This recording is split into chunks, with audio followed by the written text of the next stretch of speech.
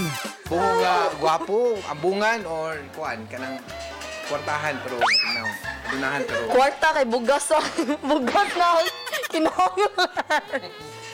Adunahan nga dili itsuraan, ay dili ba itsuraan? Ano naman kayo? Di kay kung adunahan kay makaparitoke man sa iyang naw kay na may pagtadagan.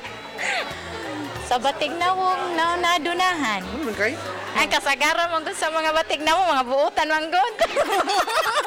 Adunahan nga batig lang. Ay? Ano naman? Kay wa ka kabaw nga unsa to siya kanang mayo tugutok pero bati lang siya naw. Batig na nga adunahan lang. Kayo? Kay bati siya na at least na siya kwarta.